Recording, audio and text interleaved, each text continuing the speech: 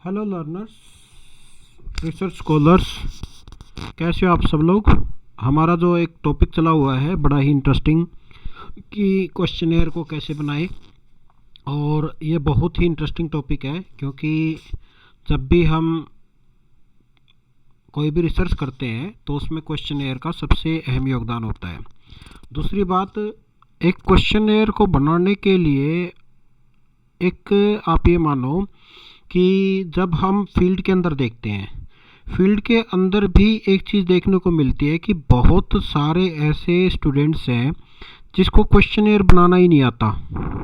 एक एग्जांपल तो मैंने आज अपनी लाइफ के अंदर देखा कि उसमें क्या है, उसमें सिंपल सी चीज़ क्या करते हैं कि जो आपका कॉपी पेस्ट है उसी सिस्टम के ऊपर चलते हैं, और जो कि बहुत ज़्यादा गलत है। मैं इस चीज़ को ठीक नहीं मानता। आप लोगों को कम से कम ये तो पता होना चाहिए कि क्वेश्चनेयर कैसे बनाते हैं।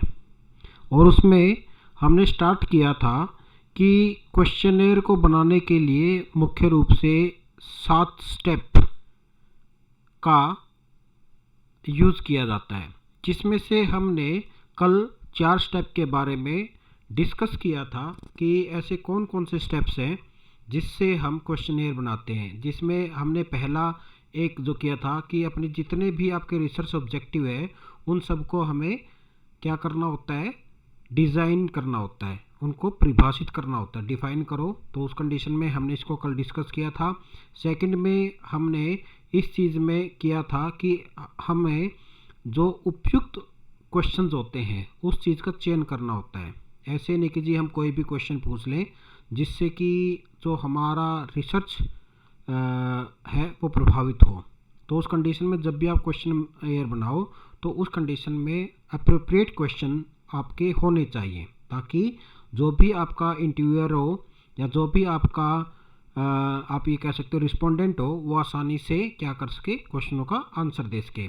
उसके बाद हमने डिस्कस किया था कि ये आपके बहुत सारे एग्जाम्पल थे कि जब भी आप क्वेश्चन बनाओ तो वो बिल्कुल साफ सीधी भाषा में स्पष्ट होनी चाहिए, सीधी भाषा का प्रयोग हो।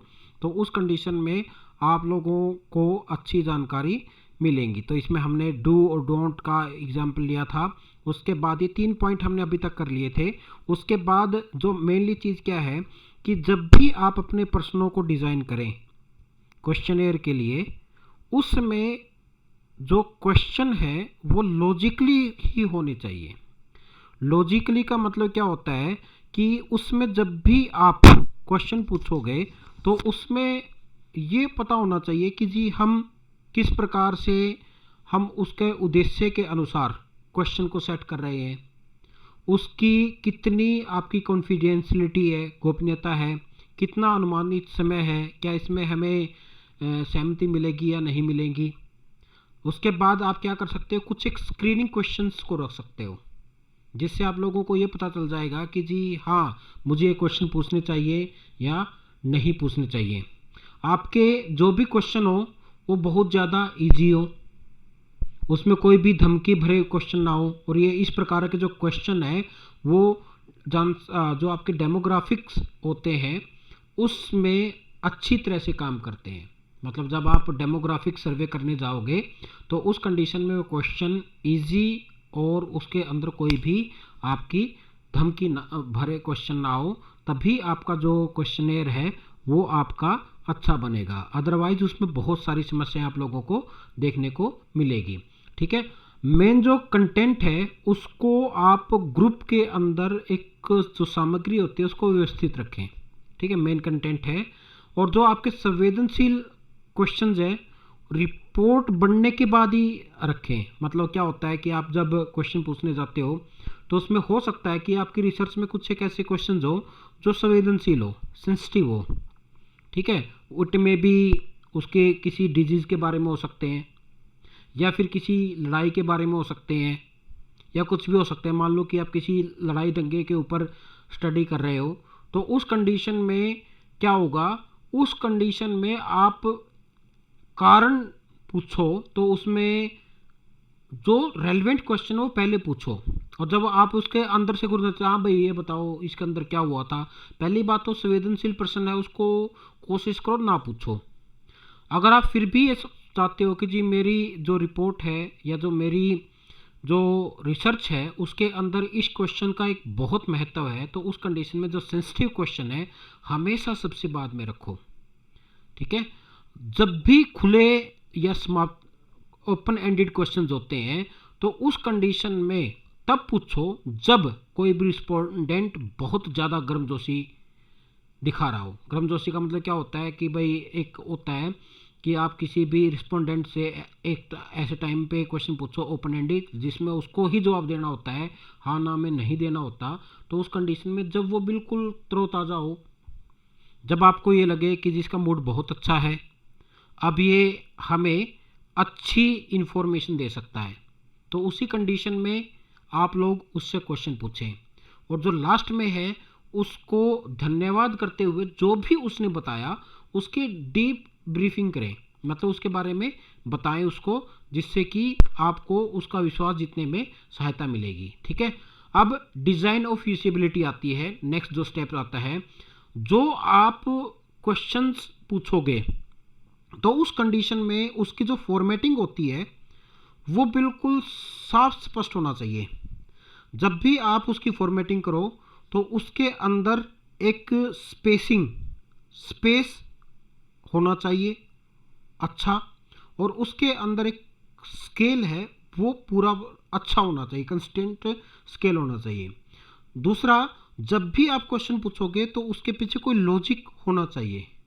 ठीक है, और जब भी आप मान लो कि किसी व्यक्ति से क्वेश्चन पूछ रहे हो, मान लो कि मोबाइल पर ही फ़ोन पर आप लोग डाटा इकट्ठा कर रहे हो, तो पहले मोबाइल से बात करके उसके साथ थोड़ा सा फ्रेंडली हो जाओ, और सर कैसे हो, कैसी चल रही है आपकी लाइफ, और बाल बच्चे कैसे हैं, इस प्रकार से आप क्वेश्चन पूछोगे तो उससे वो थोड़ा सा आप लोगों के साथ फ्रेंडली हो जाएगा, तब वो आप लोगों को एक अच्छे जो आंसर है वो दे पाएगा। जब भी आप एक नॉर्मल किसी भी क्षेत्र में जाते हो या किसी रिस्पोंडेंट के पास क्वेश्चन लेके जाते हो अपना क्वेश्चन एयर, तो अपने क्वेश्चन एयर को इस प्रकार से सेट करें कि कोई भी रिस्पोंडेंट को मैक्सिमम 10 से 15 मिनट का ही टाइम दे पाओ।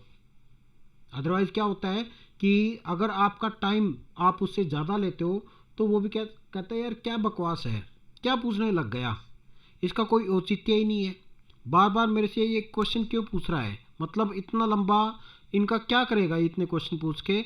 तो उस कंडीशन में जो आपकी क्या बोलते हैं कि जो डाटा इकट्ठा होगा वो अच्छा नहीं आएगा। ठीक है, आप लोगों को इतने ज़्यादा आंसर नहीं मिलेंगे। तो इस कंडीशन में जब भी आप लोग क्वेश्चनियर को डिज़ाइन करें तो इस तरह से डिज़ाइन करें कि एक व्यक्ति के ऊपर या एक रिस्पोंडेंट के ऊपर 10 से 15 मिनट ही ज़्यादा से ज़्यादा लगे। उसके बाद क्या होता है कि जैसे ही आपका एक क्वेश्चनियर तैयार हो जाता है तो जितने भी क्वेश्चनियर है उसकी एक पायलट टेस्ट करें। पायलट टेस्ट का मतलब क्या होता है, 5 से 10 लोगों के बीच में जाएं और वो क्वेश्चन पूछें, टेस्ट करें।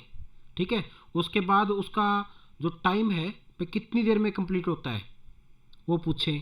ऐसे कौन कौन से क्वेश्चंस हैं जो जब भी मैं रिस्पोंडेंट से पूछ रहा हूँ तो उस कंडीशन में वो क्या करते हैं, वो उस चीज़ को भ्रमित करते हैं। मतलब कोई क्वेश्चन पूछ रहे हो तो भ्रमित करने वाले हैं या नहीं है।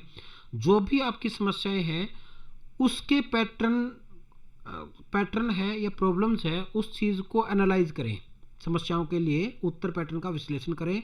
और उसके बाद जब भी आप लोगों को आपके क्वेश्चन एयर के अंदर कोई भी अगर आप लोगों को प्रॉब्लम लगती है तो उसके बाद उसको उसके अनुसार रिवाइज कर दें। मतलब ये क्या है, ये आपका एक पायलट टेस्ट है कि जो आप लोग किसी भी 5 या 10 व्यक्तियों के समूह के ऊपर करोगे, जिससे क्या होगा, आप लोगों को ये पता चल जाएगा कि जी हाँ जो मेरा क्वेश्चनेयर है उसकी क्रेडिबिलिटी या उसकी लायबिलिटी टेस्टिंग कैसी है। अगर आप लोगों को ये चीज़ें पता लग जाएंगी तो उसके बाद आप आसानी से आगे क्या कर सकते हो, आगे बढ़ सकते हो। उसके बाद जो सबसे लास्ट इसमें आता है, नैतिक मुद्दों पर विचार करें। एथिकल इशू है, जैसे कि कंसेंट लेनी होती है, या फिर आपकी जो कॉन्फिडेंशियलिटी है, अनोनिमिटी है, या फिर राइट टू विड्रॉल का है, या डिब्रीफिंग स्टेटमेंट है, इन सभी चीज़ों के ऊपर जब आप लोग डिस्कस करोगे तो उस कंडीशन में क्या होगा, उस कंडीशन में आप लोगों को ये सारी की सारी चीज़ें मतलब ये समझ में आ जाएगी कि जी हाँ, जो मैंने क्वेश्चनेयर बनाया है वो बहुत अच्छा है। ठीक है, तो आप लोग जब इन पूरे 7 स्टेप को फॉलो करोगे तो आपका जो क्वेश्चनेयर है वो बहुत अच्छा बनेगा, और उस कंडीशन में आप लोगों का जो सर्वे होगा वो भी बहुत अच्छा होगा। तो जब भी आप लोग क्वेश्चन बनाओगे, जैसे कि मैंने एक सिंपल सा है कि आप लोग एक काम करो कि सोशल मीडिया और कल्याणाधन है कि ये क्वेश्चनेयर है, social media and wellbeing study है, तो इसमें मैंने एक सैम्पल क्वेश्चन बनाने की कोशिश की है। फिर भी आप लोग एक काम करो, इसके ऊपर थोड़ी सी प्रैक्टिस करो। हम इसके ऊपर कल जो एक प्रश्नावली है उसके ऊपर डिस्कस करेंगे, जैसे कि सोशल मीडिया उपयोग और दैनिक अनुभवों के बारे में। इस अध्ययन में भाग लेने के लिए धन्यवाद। स्टार्टिंग में जब बात आते हैं, ये जो सर्वेक्षण है वो लगभग 10 मिनट का है। आपकी जो भागीदारी है वो स्वैच्छिक है और आप किसी भी समय वापस ले सकते हैं। सभी जो हम आपसे उत्तर पूछेंगे वो गोपनीय है। Thank you for participating in this study about social media use and daily experiences. These anonymous surveys take approximate 10 minutes. Your participation is voluntary and you may withdraw at any time. All responses are confidential. कि जितने भी response आएंगे वो confidential रखे जाएंगे। तो आप एक काम करो, एक रफ सी जो क्वेश्चनेयर है, जो मैंने 7 स्टेप बताए हैं उनके ऊपर एक रफ क्वेश्चनेयर तैयार करो, और इस क्वेश्चनेयर को जो मैंने थोड़ा बहुत बनाया है, जितना मेरे को आता है उसके ऊपर हम कल डिस्कस करेंगे कि वो क्वेश्चनेयर कैसा है। तो आज के लिए इतना ही। आप लोगों को अगर वीडियो अच्छी लग रही हो तो लाइक कर दीजिए, सब्सक्राइब कर लीजिए, अपने दोस्तों के साथ शेयर कीजिए ताकि उनका भी ज्ञान बढ़ सके। क्योंकि जब भी मैं क्लासेस में जाता हूँ तो उस कंडीशन में मुझे रिसर्च में बच्चे बहुत ज़्यादा वीक मिलते हैं, और वो वीक इसलिए मिलते हैं क्योंकि उनको पता ही नहीं होता जी क्वेश्चनेयर कैसे बनाते हैं। वो क्या करते हैं, किसी दूसरी इंस्टीट्यूट का उठा लेते हैं, इवन उसका जो है नाम भी चेंज नहीं होता, उसको वैसे का वैसा छाप देते हैं, और ऐसे 2-3 इंसिडेंट मेरे साथ भी हो चुके हैं। तो कृपया करके अपना काम खुद करें, जिससे कि आप लोगों को भी कॉन्फिडेंस आएगा।